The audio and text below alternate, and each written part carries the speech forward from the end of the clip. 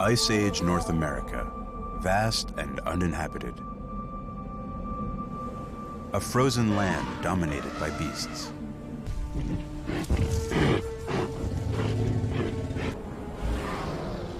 Who first set foot on this empty continent is the greatest mystery in North American archaeology.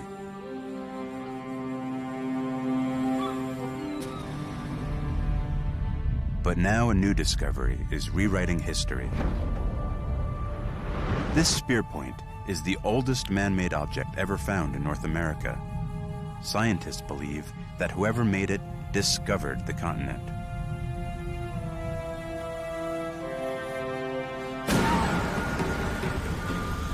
During the worst climate our species ever endured, they set out on an epic journey. Struggled across phenomenal distances.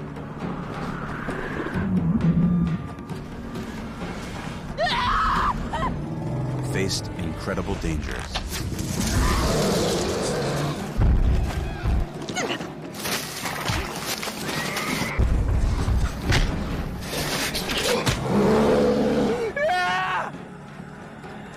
And against all odds, reached the New World. But the biggest revelation of all is where these first Americans came from.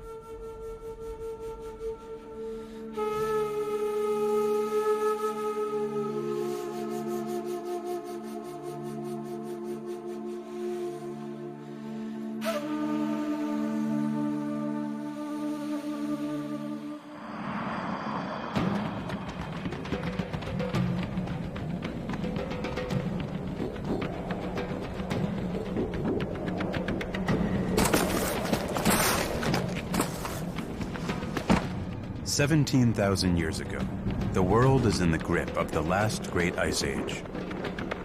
In the south of France, food is scarce. The humans who live here are modern Homo sapiens.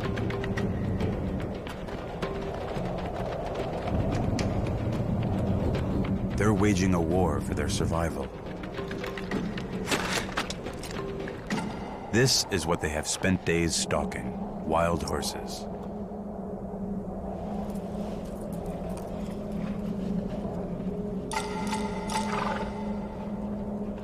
They were hoping for more, but the brutal climate is killing off the herds. They can't afford to let them escape.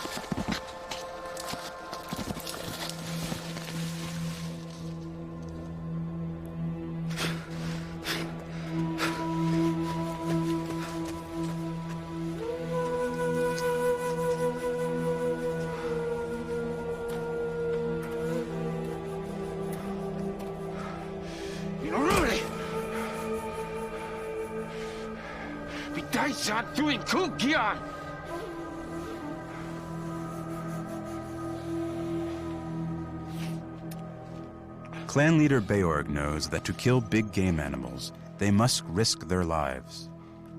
But Guyan is his only son, and Beorg doesn't want to lose him.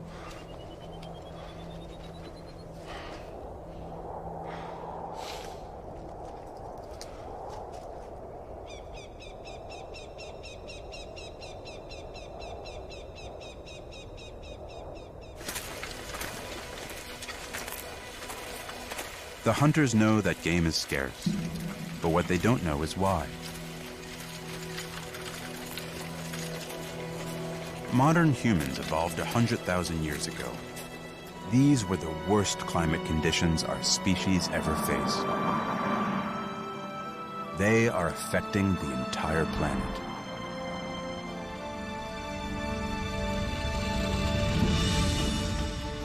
It is the height of the last great ice age. Throughout the Earth's history, thousands of ice ages have frozen the planet. The most recent one was near its peak 17,000 years ago. Permanent ice spread from the poles, swallowing a third of the landmass. Across the northern hemisphere, the continents were crushed under ice over a mile thick. In France, giant glaciers descended from the mountains. Clans of Ice Age humans who had lived here for tens of thousands of years were being fenced into a shrinking land.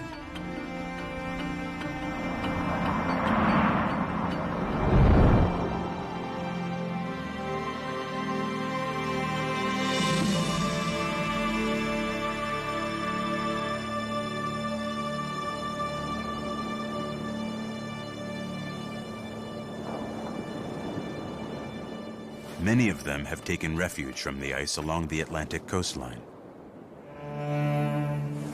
This clan has learned to survive here, eking out a living from the ocean. But the fishing is slow.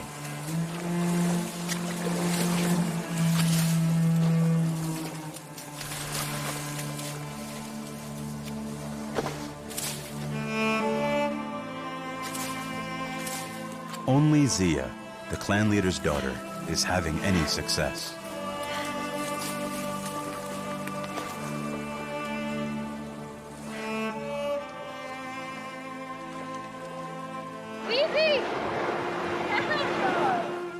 There are 15 people in this clan. Each person plays a part in the group's survival. Their specialized skills transform raw materials into tools. Some make weapons from stone. Others use bone needles to make clothes warm enough to protect them.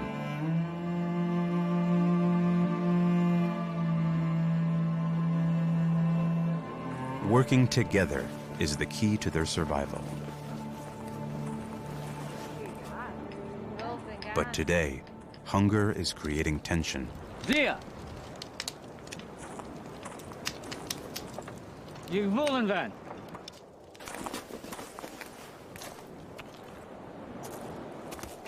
You Sapiens.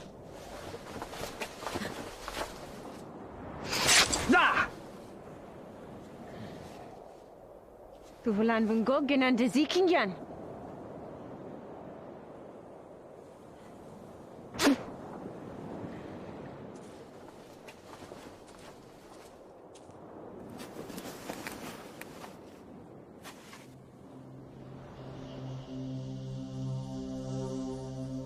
Today, 17,000 years later, only a few tantalizing fragments remain of this clan. Archaeologists call these people Salutrians. They invented objects we still use today, like the eyed needle. They carved images of the prey they hunted, like the mammoth. But most importantly, they revolutionized weapons technology. For 100,000 years, mankind only ever made spear points like these from simple flakes of stone. But the Salutrians took a quantum leap forward. Using advanced techniques, they made spear points that were 50% thinner and lighter. These edges are 100 times sharper than a steel razor.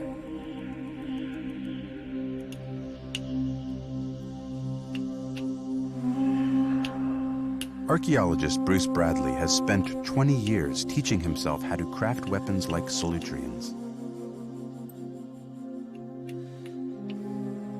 The flaking is so complex that you can't just think your way through it. You got to feel your way through it.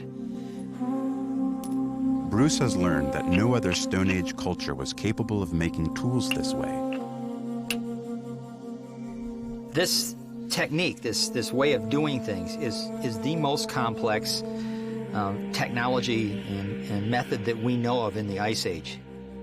Bruce's unique knowledge of this technique would unlock a mystery. In 1996, archaeologists made one of the most baffling discoveries ever made in North America. This spear point was found in Virginia. When Bruce saw it, he was amazed. It looked identical to those discovered in France.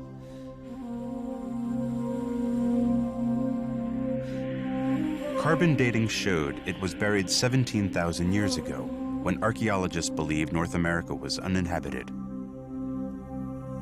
It was a revelation. Could it indicate the impossible?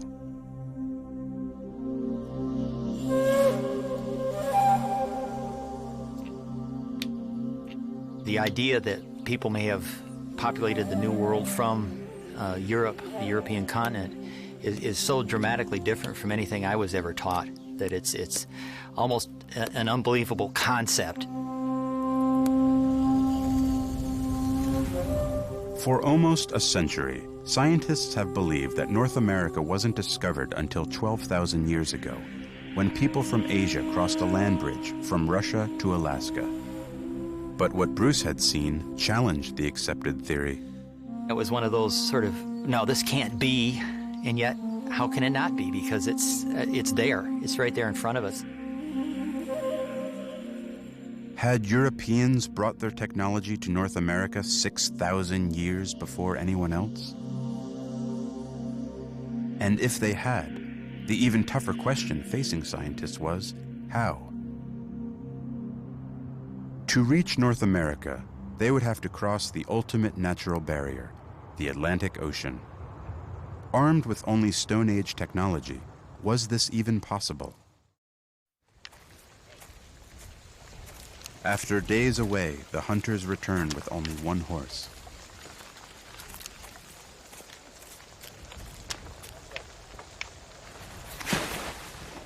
Beorg's first responsibility is towards his family, his wife, his daughter Zia, and his eldest son, Guyan. But as the clan leader, he must share the kill with everyone.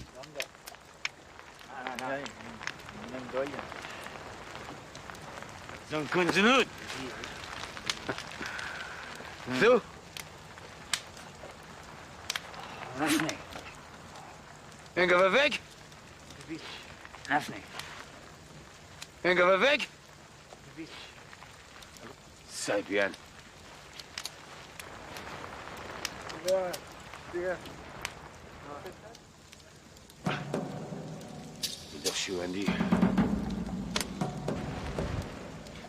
Beorg's clan need to kill more game than this to survive.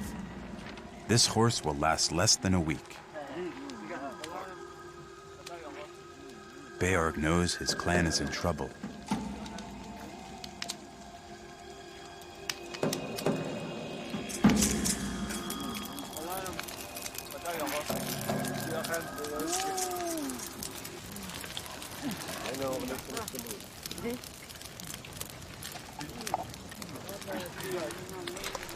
No part of the horse is wasted. By eating brains and eyes, they get vitamins they can't get anywhere else. And in the marrow of the bones, they find the most crucial food of all, fat. It gives them energy and warmth to survive in this freezing climate.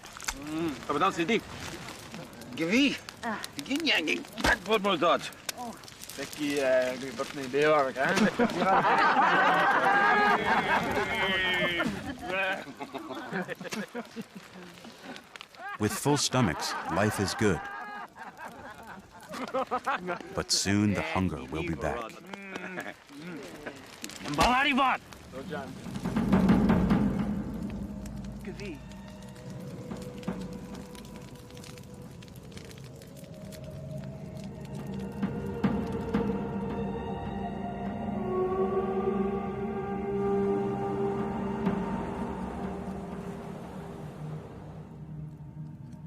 week later, the horse meat is all but gone. Björk. Gin. Czekaj. Ganity. Jeg Sabien. Gavarithi. Jeg Sabien. Gavarithi!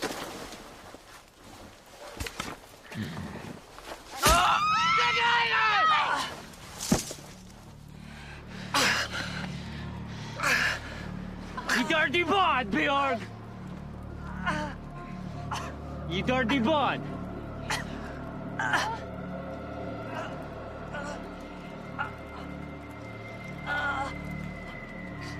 Yigsavian! Yigsavian, Bjorg! Yigsavian!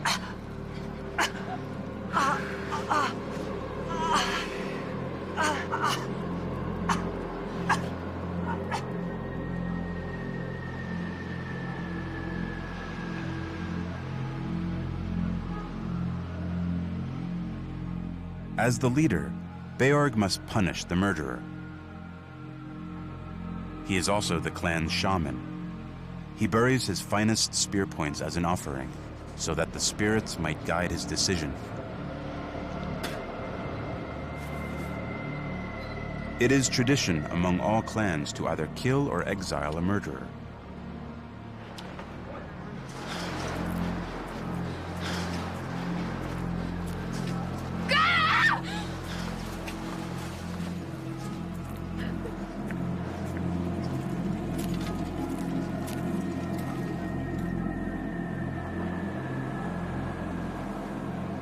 Makai!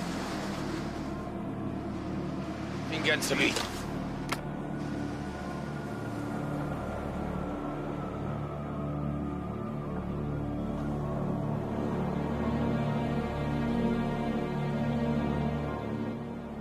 The exile knows that he needs the clan to survive. Alone, his chances are slim.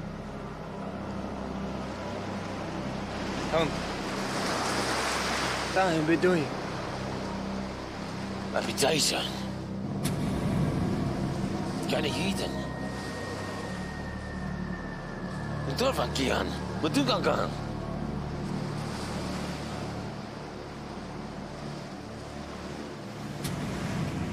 Beorg now must provide a solution to their hunger, or there will be more deaths.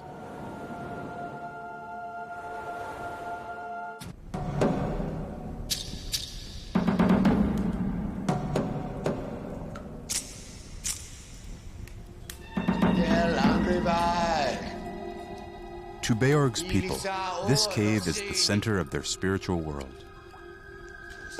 It is sacred.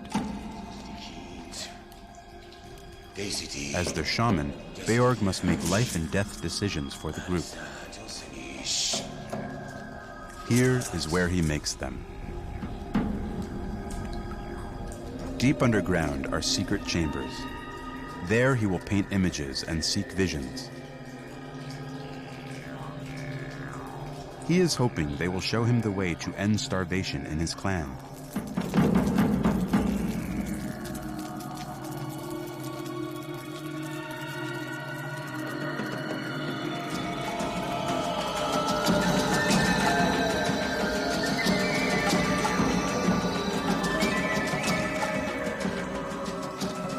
"17,000 years ago, in caves across Spain and France, Ice Age clans left the most amazing record of their culture.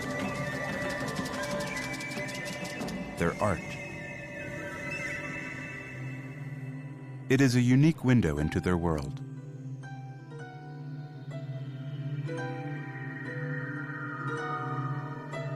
They painted the animals that they depended on to survive.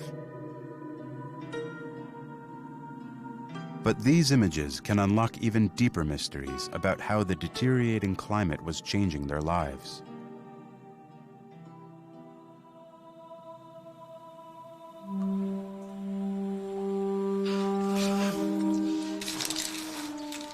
In Spain's Nirha Cave, Bruce Bradley is literally retracing the footsteps of the ancients.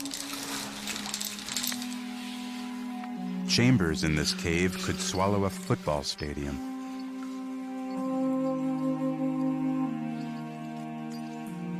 It's just unbelievable. It almost leaves me speechless. Other passages are barely large enough for a person to squeeze through.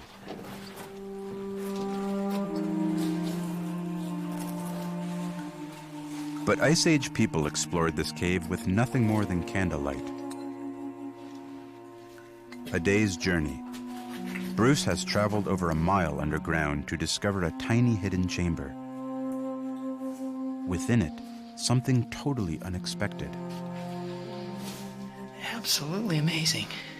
Now these are just amazing figures. They're sort of elongated lozenge-shaped things, but they look like they've got fins on the ends, and this is why they've been interpreted as seals, and I think it's a good interpretation. And the fact that it's seals as opposed to horses or deer, I think it's got to be extremely significant. This may be a really good indication that the Solutrean folks were looking to the sea, and more specifically to the edge of the ice, for their sustenance, for their new culture, their new way of living. And this could be an example of how important the Solutrean people considered these animals to be.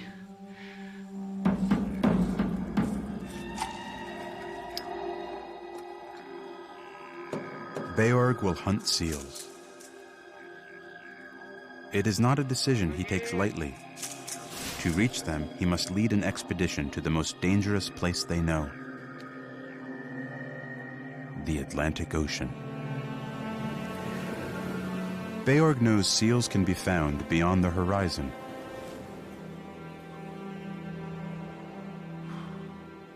He will take his daughter Zia, his son Guyan, and Guyan's friend Giard. Everyone else will await their return. The younger generation have never been far out in the open ocean before. Beorg fears for their lives. They must be totally self-sufficient. Where they're going, there will be no firewood and no fresh water.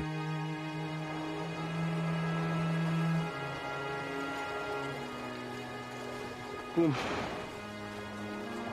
Zia's in charge of life support. Without her dried lichen for tinder, there will be no fire.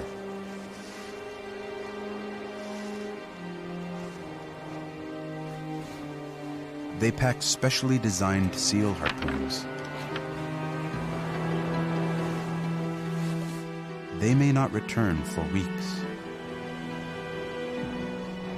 Their boat, covered in skins and waterproofed with fat, will be their home.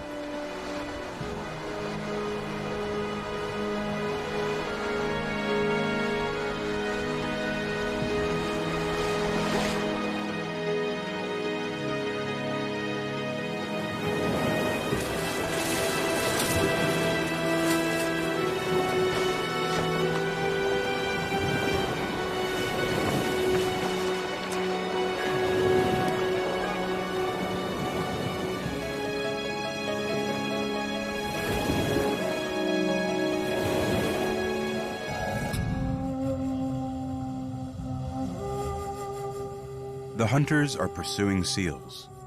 Their hides, meat, and especially their fat might save their clan.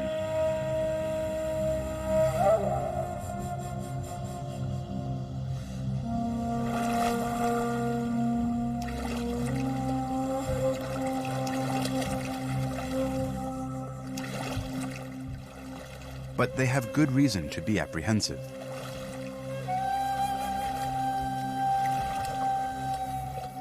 Because the seals inhabit a totally alien environment. The pack ice.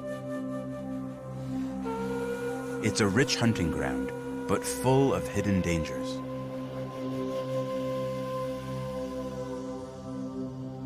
Seals feed and breed amid the ice.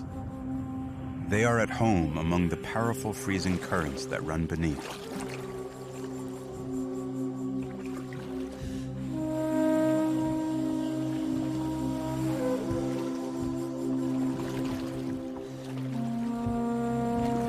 Magbarudan, Angrevak.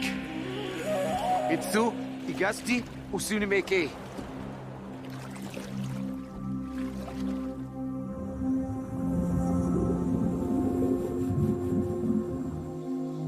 During the last ice age, Arctic conditions reached deep into southern Europe.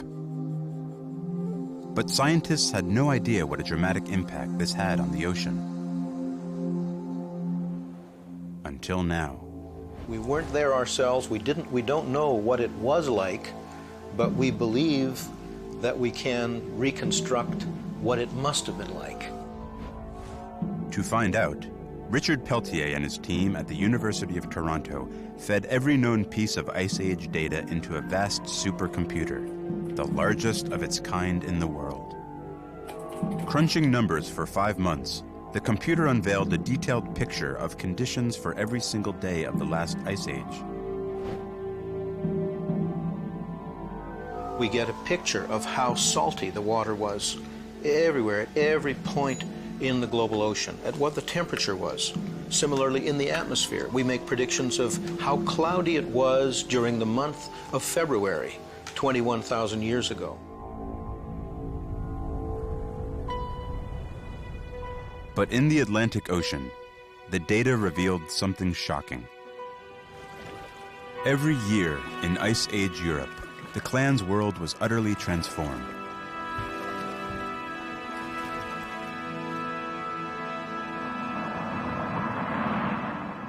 At the onset of winter, the entire coast of Europe froze. The ice reached as far south as the Mediterranean. But even more dramatically, this ice extended as a 30-foot thick sheet across the middle of the Atlantic. And all the way to North America. 2 million square miles of ocean would freeze solid every year. Europe and North America, connected by almost 4,000 miles of ice.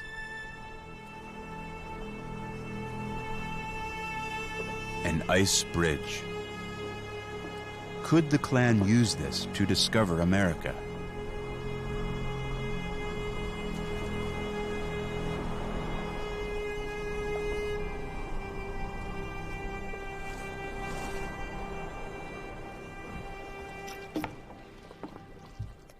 While tracking seals, the hunters are focused on survival. Where warm currents meet the pack ice, life is abundant. But they need more than fish if they are to feed the clan back home.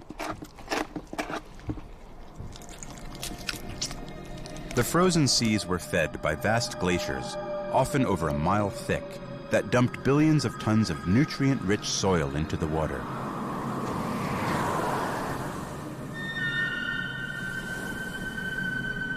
These nutrients were carried under the ice floes, providing the ideal environment for microscopic algae to grow. The algae provided a rich harvest. It supported billions of fish. In turn, this meant populations of birds and seals massively increased. For the hunters who faced starvation on land, the ocean was bountiful. After a week of hard paddling, they are now almost 100 miles off the French coast. They set up a camp on the edge of the ice. Their boat, when flipped over, doubles as a shelter. They set off to hunt. They may need to travel half a day before they find seals.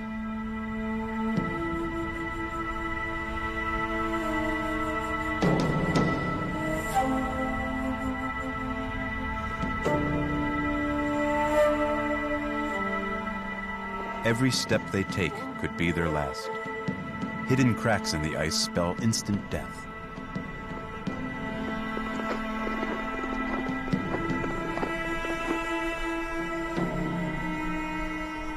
A free-swimming seal is impossible to catch, but Beorg knows another way.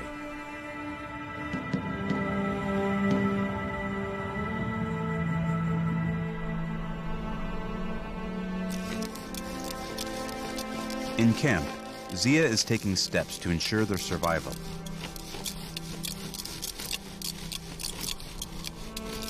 On the ice, there is no firewood, but Zia is prepared. She has lichen for tinder, and she uses animal fat for fuel.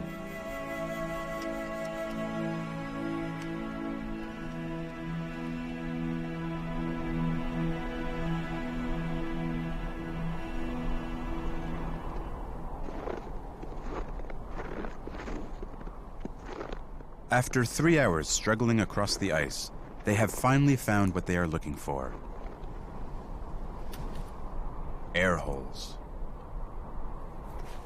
Because seals are mammals, they maintain breathing holes to the surface.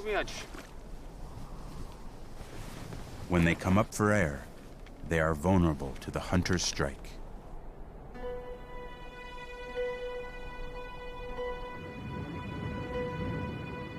The waiting game begins.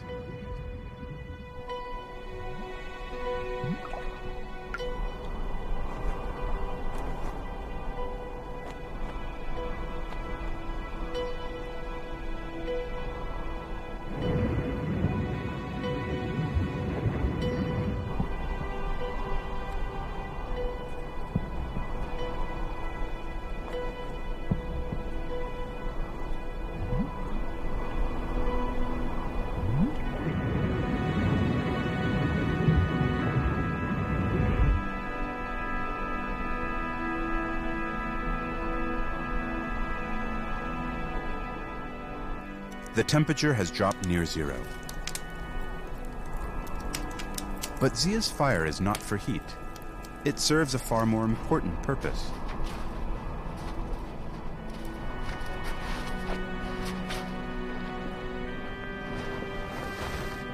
Melting water.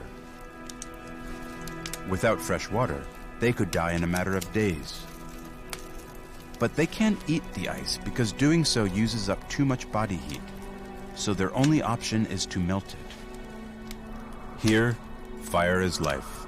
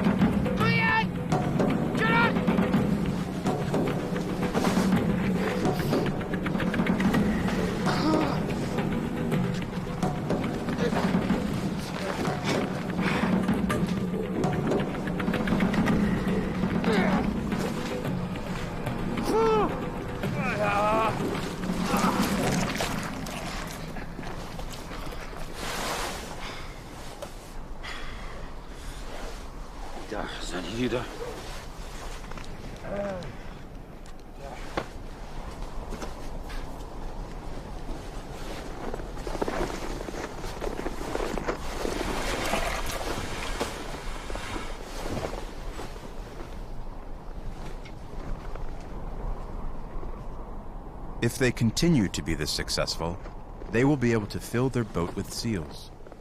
The clan will be saved.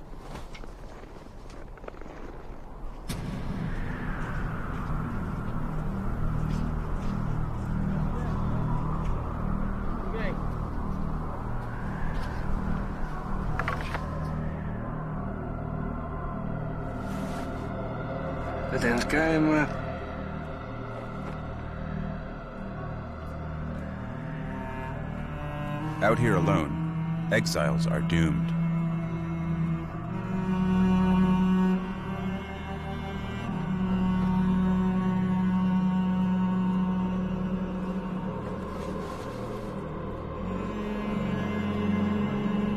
Virion. They cannot underestimate the dangers of the ice.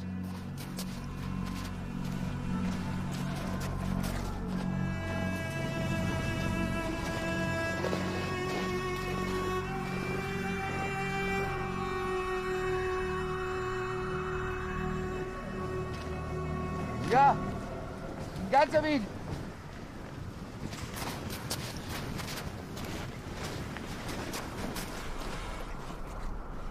Nee.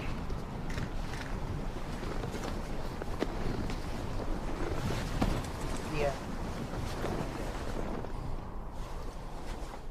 The seal provides them with everything they need. The rich, dense fat is both food and fuel for their fires. Like Zia's coat, the skin of this seal will be sewn into warm clothes. Even the bones will be made into tools. Brudi in idical dance.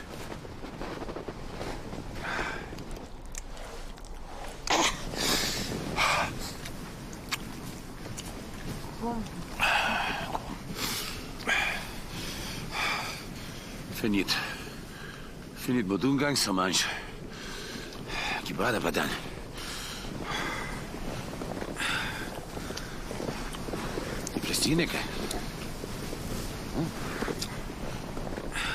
Beorg learned his ice survival skills from his forefathers. Brutian.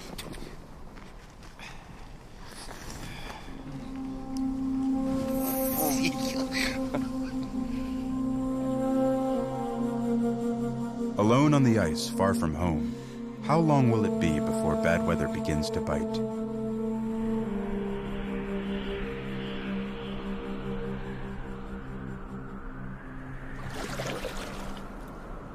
The hunting party needs more seals. But paddling further into unknown waters, they begin to encounter clues from another world. Driftwood has been floating out of the west, from a land they cannot imagine. Neden zarar vakanish?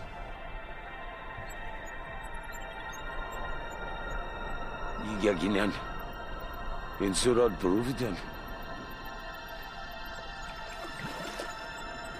For the hunters steering away from the European coast, this is the first hint that something lies beyond.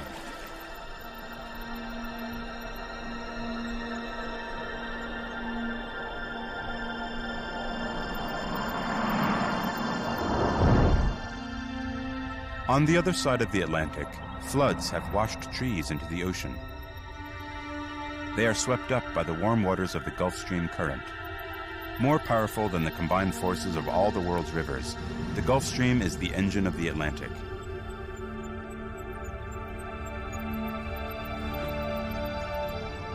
After 2 weeks paddling west away from Europe, they are now almost 400 miles from home.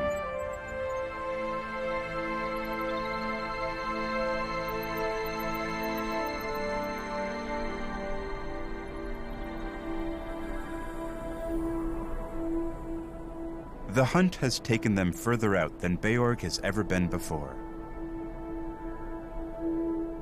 And in the Ice Age, they were able to witness a natural marvel.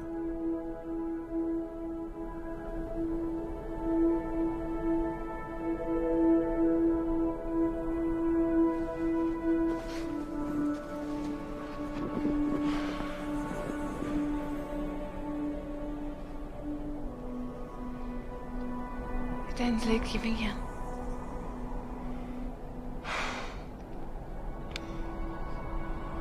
Zadigi.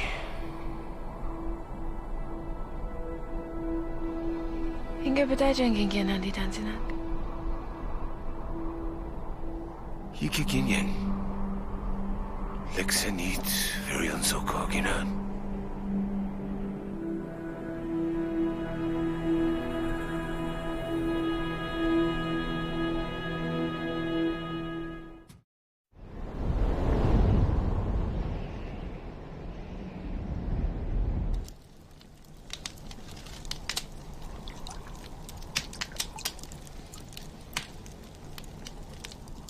The hunting is going well, but as the only one with experience of the ice, Beorg is concerned they may have ventured too far.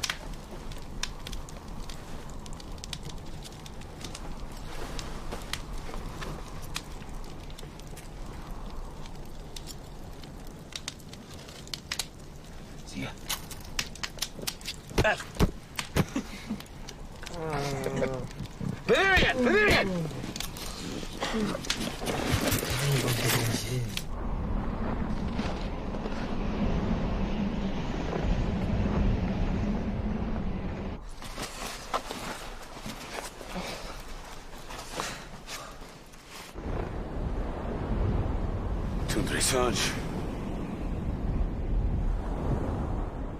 With bad weather on the way, Beorg is eager to kill more seals before heading home.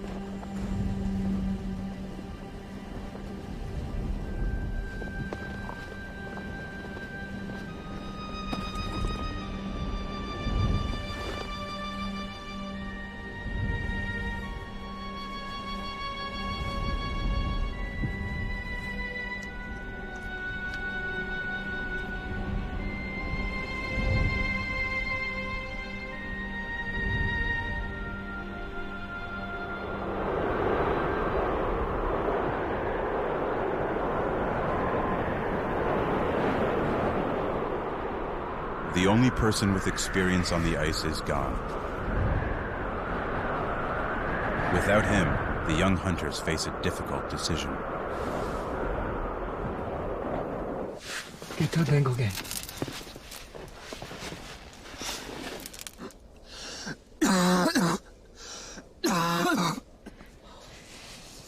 Ben ik tussen weer weg?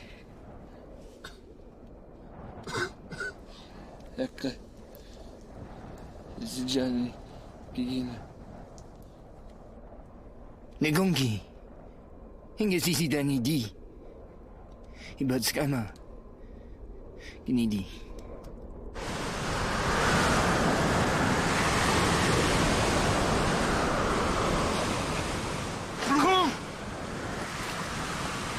Kom Goyan! Goyan!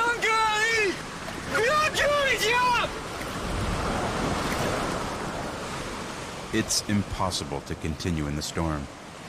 They must return to the ice sheet and make shelter.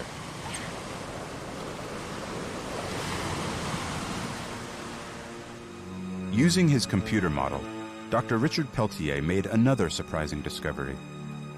Because of such an extreme temperature difference between the warm Gulf Stream and the frozen poles, storms in the Ice Age were superstorms. Wind speeds would have been, we expect, very much stronger during this glacial time than they are at present. Temperatures would have been very, very much lower.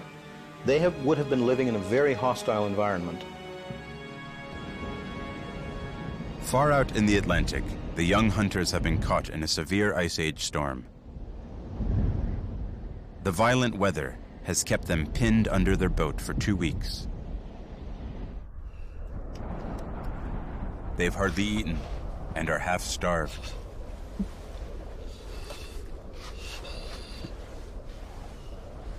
and they are concerned about Giard. He has symptoms of a disease well known to sailors: scurvy.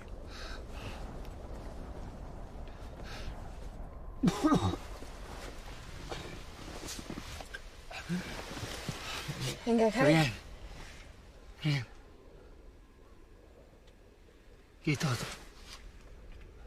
Quito tengo que.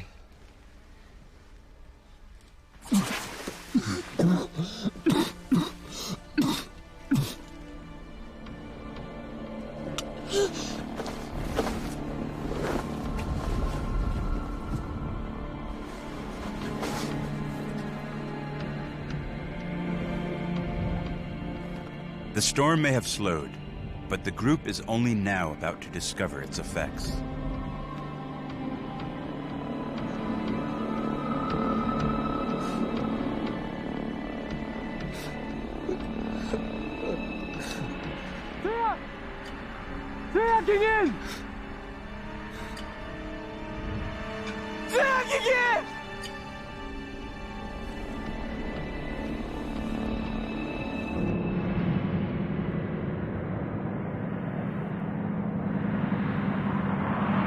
The storm has crushed the ice floes together. As the summer continues, the ice thins and storms shatter the floe into pieces. The fragments float free, recombine, and break apart again as they twist in a giant whirlpool, taking the young hunters with them.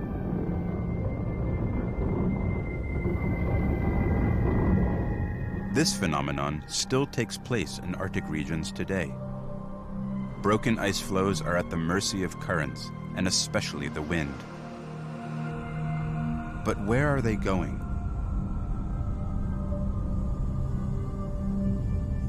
The Gulf Stream drives a current that runs west along the edge of the ice. Combined with the violent storm, it has pushed them rapidly away from Europe. Moving at an average 4 miles per hour, in just 3 weeks they have been pushed 2,000 miles. They are 2/3 of the way to America. Lost in a frozen ocean, the young hunter's boat is now a burden. They have no choice but to drag it.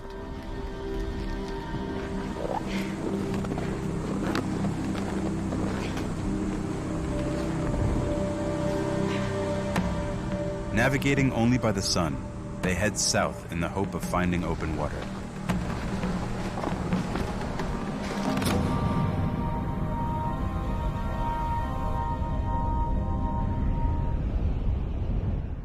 The group is now in the harshest and most barren part of the ocean. There's nothing to hunt. They've eaten the last of the seal meat. Worse still, they're dangerously low on fat. When they run out, they'll be unable to melt water and will die from dehydration.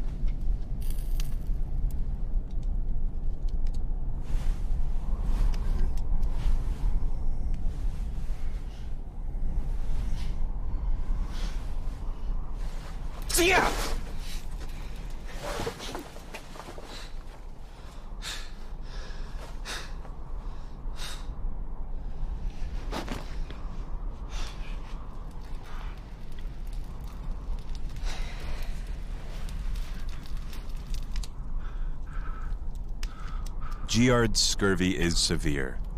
Without vitamin C in his diet, his cells are coming unglued. He is slowly bleeding to death within his own skin. Ja, Ian Kuhn.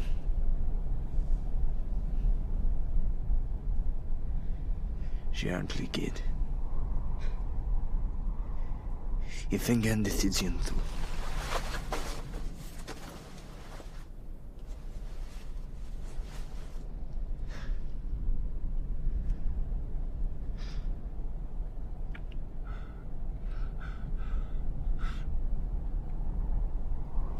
In Bundugang. Jeg vil også til en veggen.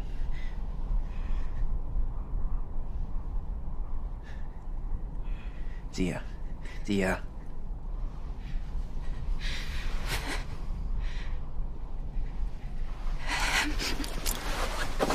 Dia bervien tu.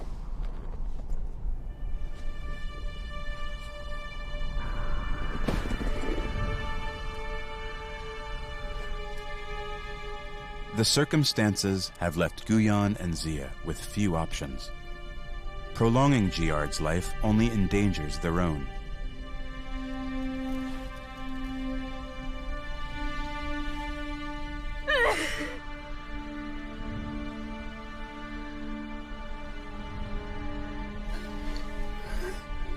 But Giard's blood and even his flesh could provide them with nourishment.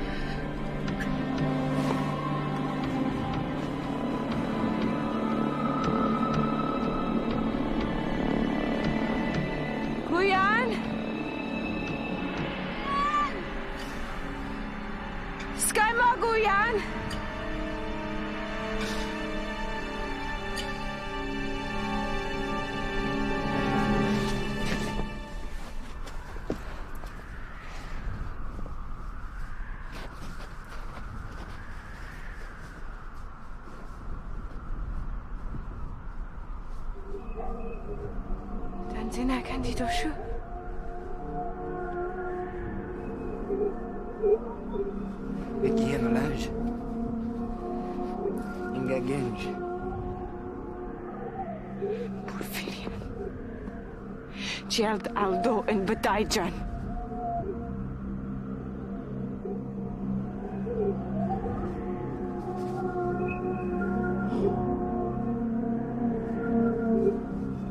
Was good then, guys.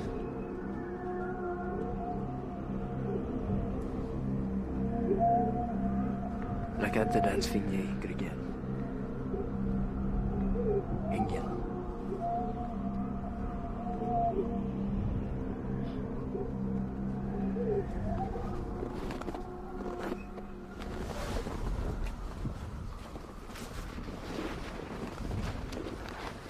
Thousands of miles from home, was a vision like this caused by starvation or madness? One scientist believes he can explain the mysterious appearance of mountains far out in the sea. University of Manitoba physicist Valdemar Lane is a mirage hunter. He searches for these strange phenomena in the Canadian Arctic.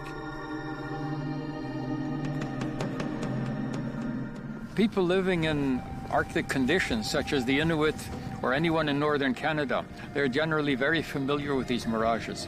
They would see them quite frequently. Lane has recorded many sightings. To explain them, he investigated how light behaves in cold climates. He discovered the ultra-cold temperatures above the surface of an ice sheet actually cause light rays to bend. This means that the impossible is now possible. Objects can be seen beyond the horizon. In a very clear air, you could see 200 or 300 kilometers. In fact, there have been documented cases where someone has seen a distance of 500 kilometers and actually recognized the object they were looking at. But because the light rays are bent, the image is distorted. I believe in very early times the mirage would have been interpreted as being some kind of magical display on the horizon.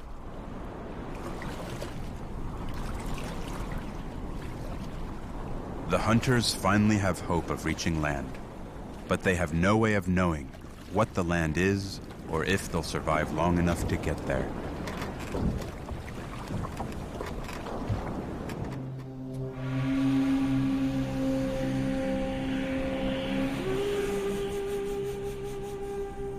Exhausted, the group drifts for days. Malnutrition begins to take its toll.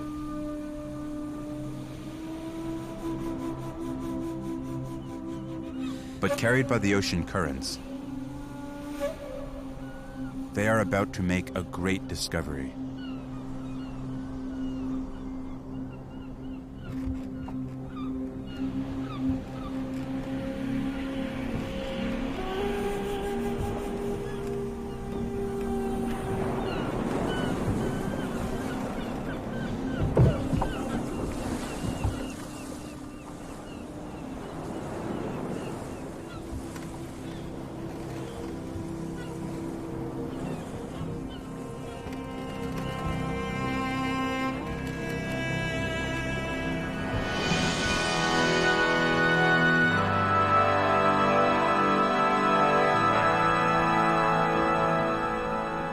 Finally, after months surviving on the frozen ocean, the hunters have arrived in the New World.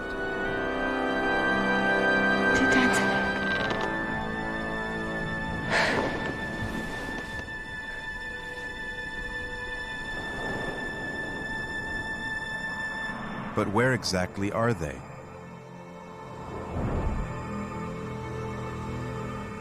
These are the Grand Banks.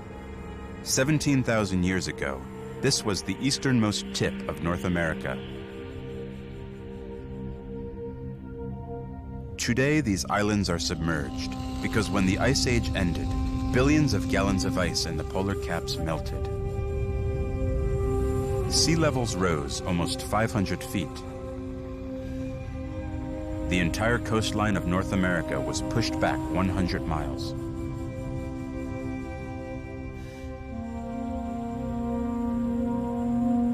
But for the hunters, the Grand Banks were a gateway to the New World. Their ocean voyage of more than 3,000 miles was at an end.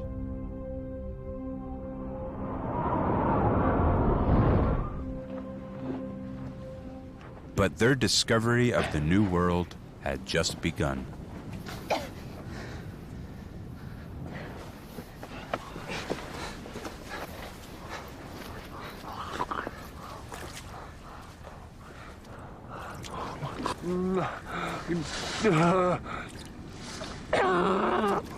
The land holds the cure to Giard's illness.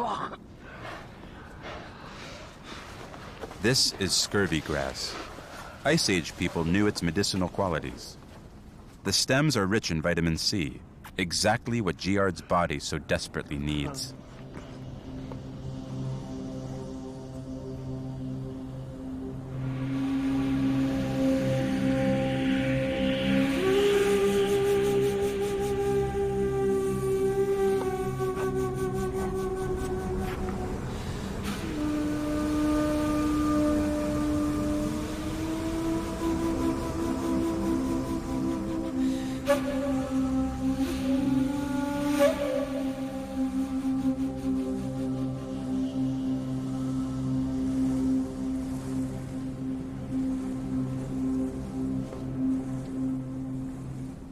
The young hunters are recovering from their odyssey at sea, scavenging what food they can find in the barren landscape.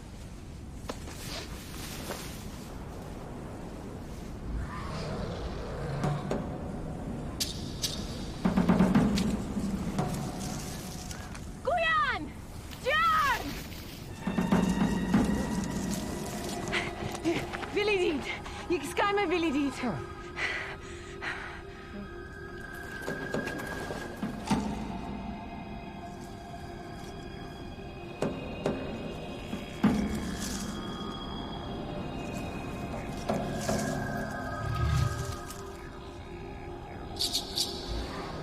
Back home in Europe's harsh environment, mammoths were dying out. But in North America, the mammoth thrived, feeding off extensive grasslands. Such a beast was more than just a windfall supply of meat and hide. It was the ultimate hunting challenge.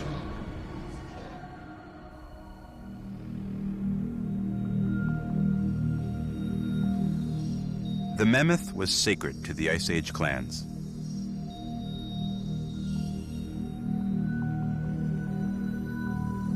Of all the land mammals living at that time, the mammoth was the largest.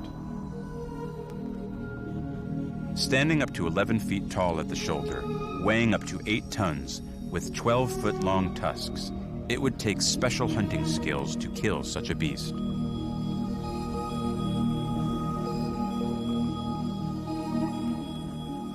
You just hit a mammoth with everything you have, and you don't kill it, you wound it. And you follow it for days until it finally dies, and then you dispatch it.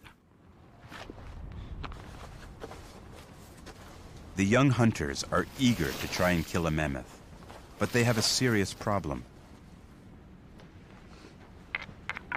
Their seal harpoons are useless against such a large animal. They need spears with razor-sharp points, but they don't have the right stone to make them.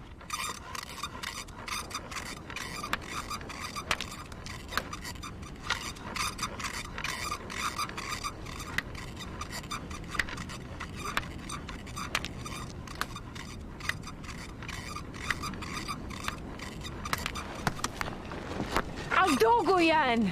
Kijken, wil dit weer iets voor Wieg? Wie staat aan het schijmen gargaat? Ik ging niet. Pinga. Dozud. Slabut.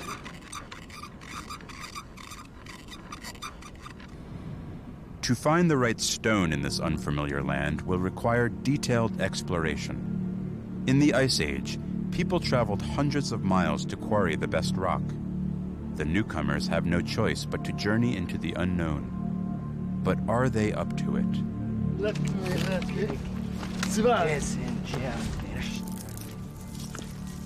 Wat die dansen, dans. Dan, de kijken. Wekken ons kruisje. Skamien. Die wat genaan, de dans. De kijken, kijk die krijg. Slabut gesh. Skamien, Jab, skamien.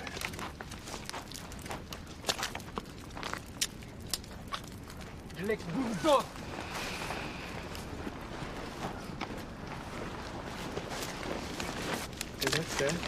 Siva, ik. Kenyan, Jab. Kenyan.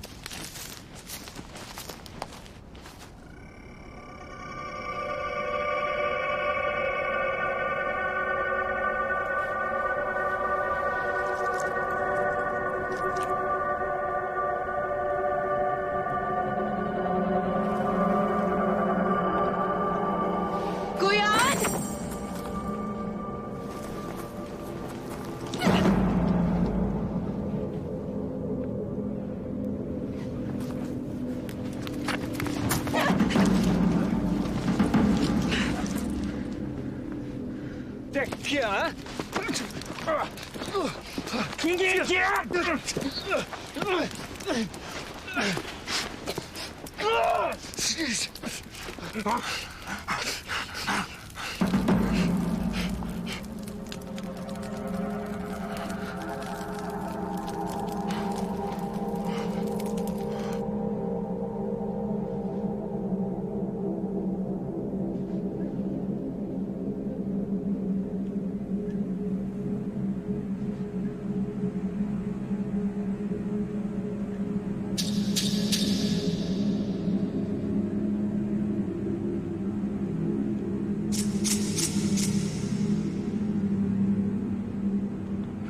Give me through.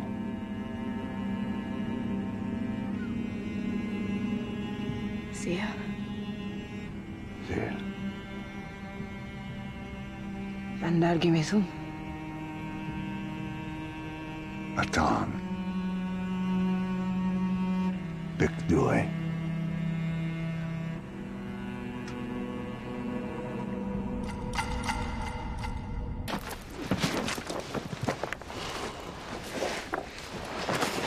Guyan, Giard, and Zia are not the only people to have crossed the ice bridge.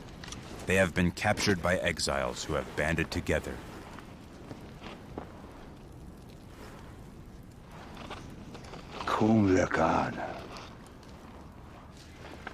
If the two groups can cooperate, their chances of survival increase.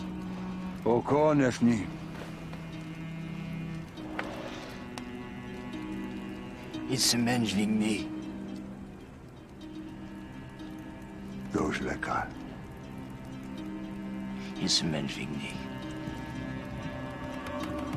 Nga.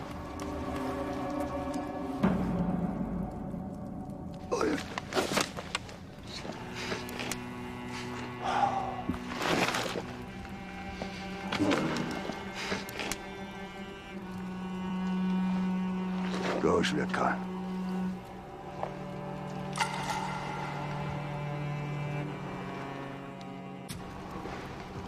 The young hunters have no choice but to join their captors. They can't risk life without their boat. The leader of the exiles, Atan, has insisted they travel south in search of food, and more importantly, the right stone to make tools.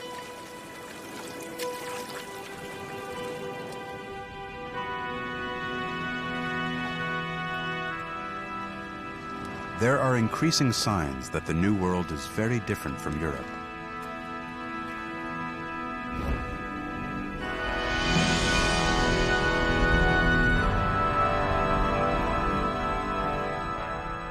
In the Ice Age, a giant wall of ice dominated North America, more than a mile thick.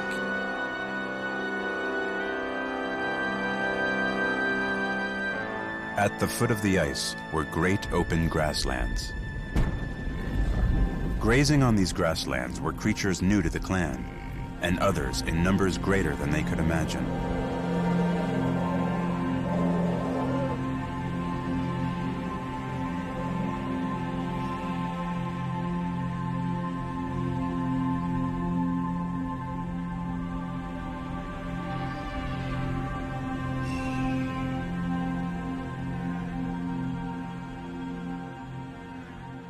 But the new arrivals were not the only predators competing in North America.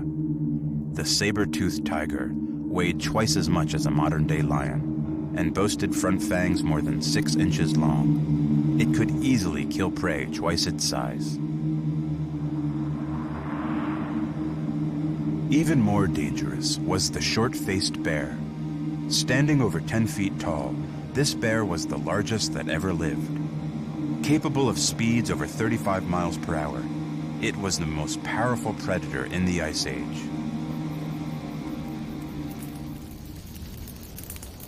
Verklak, Bayan Negid. Osgood, Merk-Ak, Goange, Vigne, Galat Embelad. The exiles were seal hunting when they were caught on ice floes that carried them west. But unlike their captives, they have no reason to return home. Privat, Kum, Bidajan, Vigne Gengian, Suvik.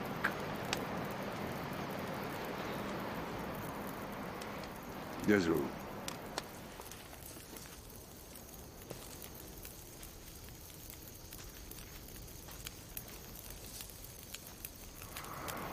June Yad. Yada Bleket. Yada Bleket, huh?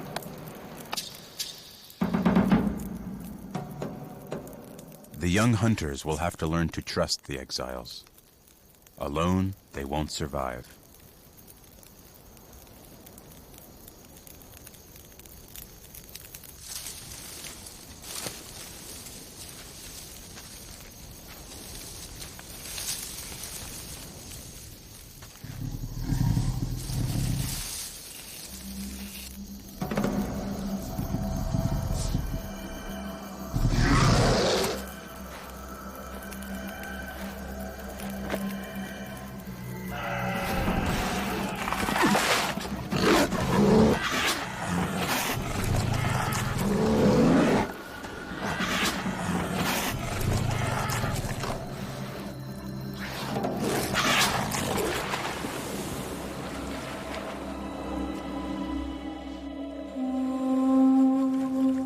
Their new world is full of new dangers.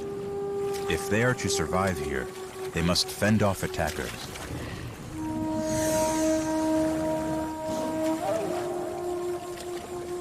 They urgently need new weapons, and for that, they must find the right stone.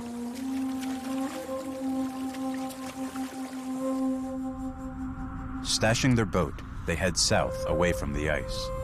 They follow a river inland in search of exposed rocks.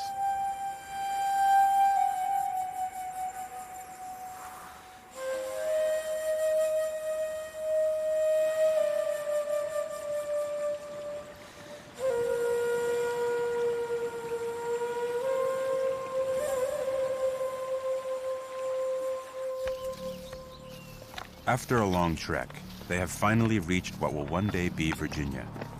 Here they've found what they've been searching for.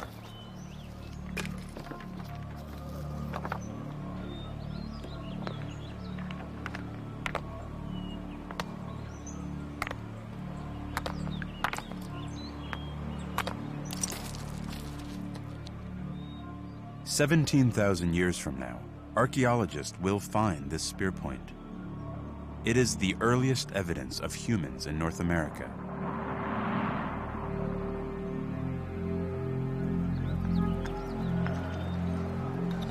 The archaeological record shows that the clan camped here for one reason: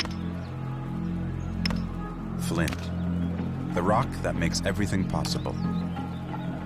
Ice Age people traveled hundreds of miles for the right kind of stone. They can shape it into knives, scrapers, any kind of tool. Giard's spear point is sharper than a surgeon's scalpel. It can penetrate the thickest hides.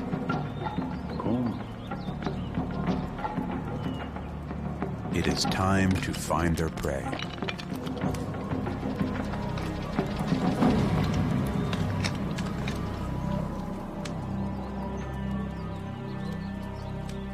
It doesn't take long. This dung will lead them to the greatest challenge known to Ice Age hunters: mammoths.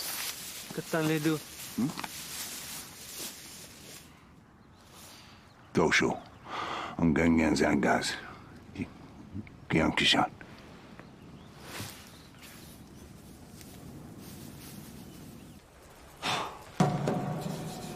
Before the hunt can begin, the clan must prepare.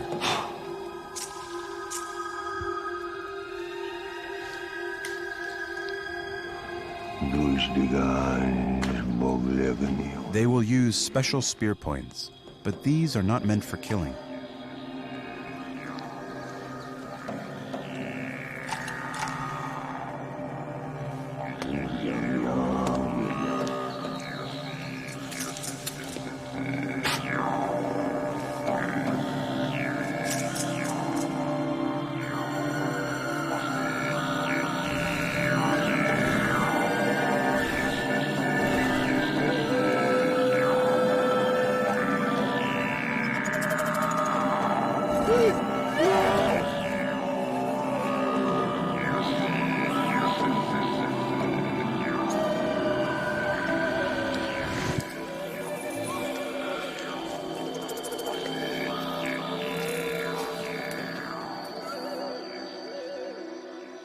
For years, archaeologists have wondered about mysterious burials of spear points they call caches. Found both in Europe and North America, they contain oversized spear points over a foot long and too thin for killing. So what were they for? Those are extraordinary pieces of work. They're masterpieces of work. The fact that these tend to be really oversized pieces that don't look like they were designed for use, I think personally argues more for some kind of offering. So there's a whole different sort of philosophical worldview being expressed by this material. I think it's something that sets them aside intellectually.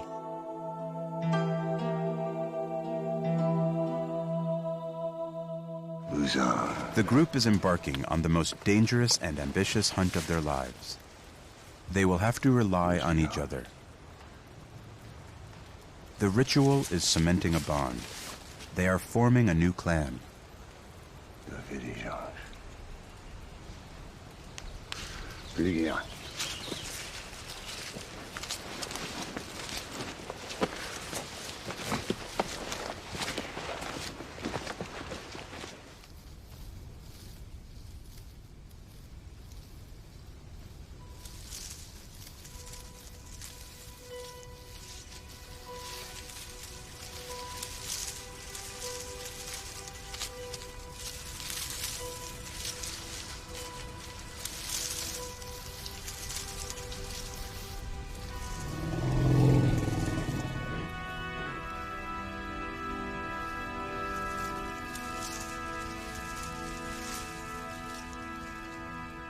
Tatan.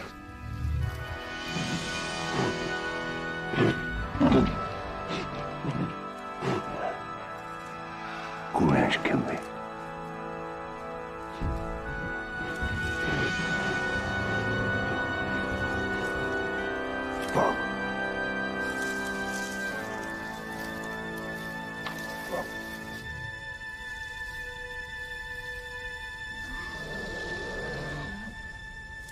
Their plan must be precise. Mammoths have an acute sense of hearing and of smell.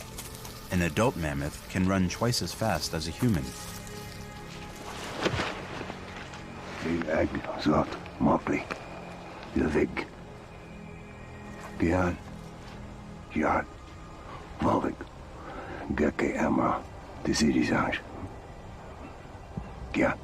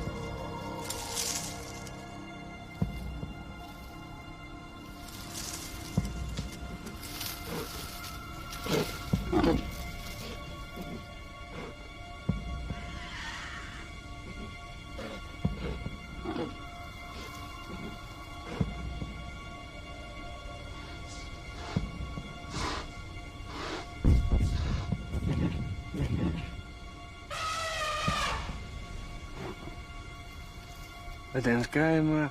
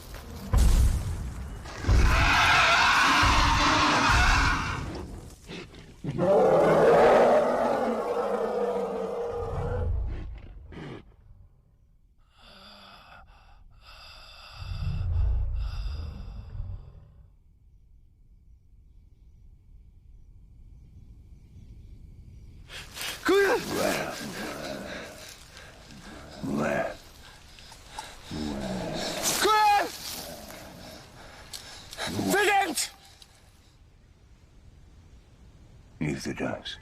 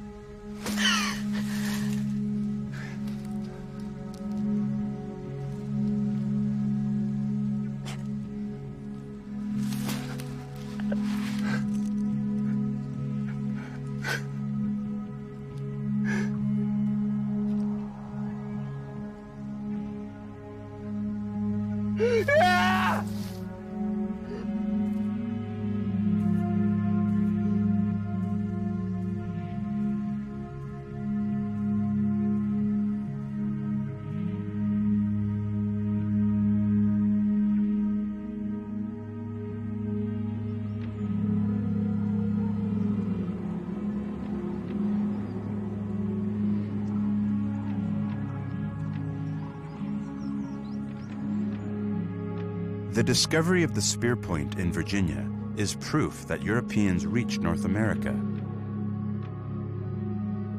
But after that, all evidence of them vanishes. Did they journey deeper into the New World, or did they die out?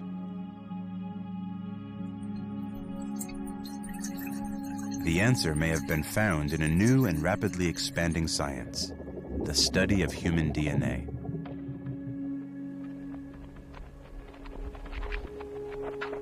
Every human gene is a history book, containing markers dating back to the origin of our species.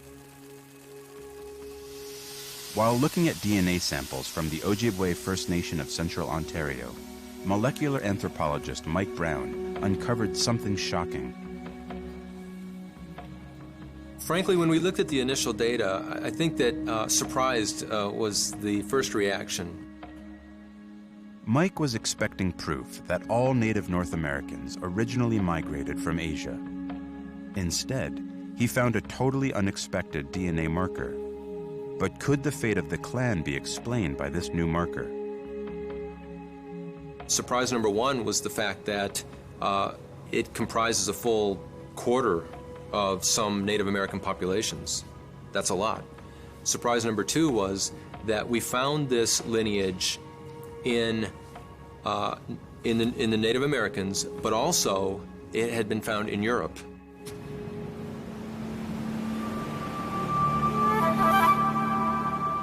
The evidence meant something extraordinary. The story of the European hunters did not end in Virginia. They must have survived, but how?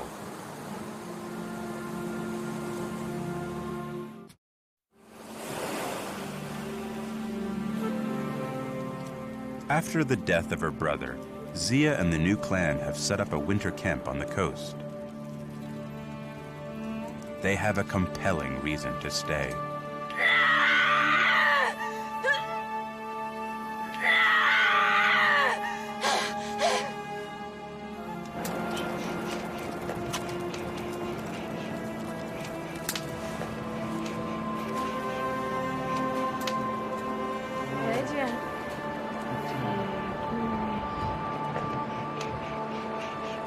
Zia and Giard's daughter may truly be the first North American. She won't grow up alone. 3,000 miles away, on the far side of the Atlantic, the remaining clans still look to the sea for their survival. The ice bridge is still open. In time, others can cross.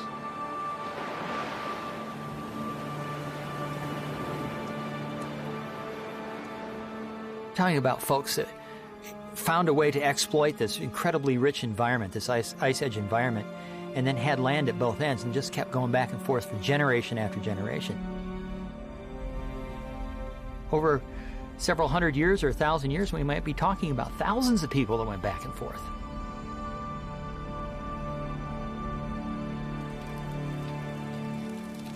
"6,000 years later, these are Zia and Giard's descendants. They have spread deep into the continent.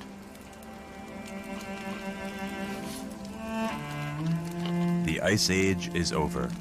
The ice bridge has now melted. But as one highway closes, another opens. In the Yukon and the Northwest Territories, melting ice has exposed a land bridge to Asia. New people can now enter North America.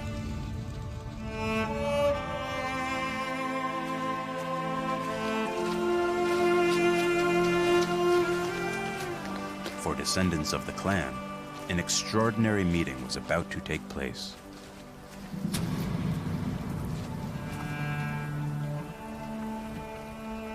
I think that encounter would have been a very interesting thing to witness. They probably had completely different languages, they were totally unfamiliar with each other. And that encounter, I think, would be something to behold.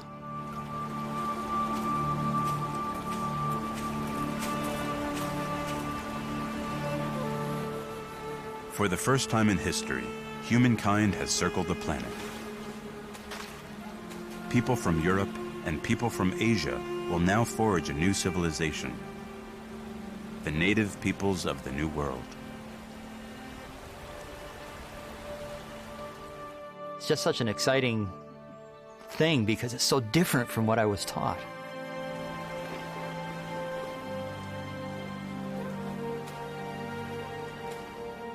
It gives us a whole new way to think about how the entire human race spread around the world. Bruce Bradley and Dennis Stanford have uncovered what archaeologists thought impossible: that cavemen from Europe discovered North America.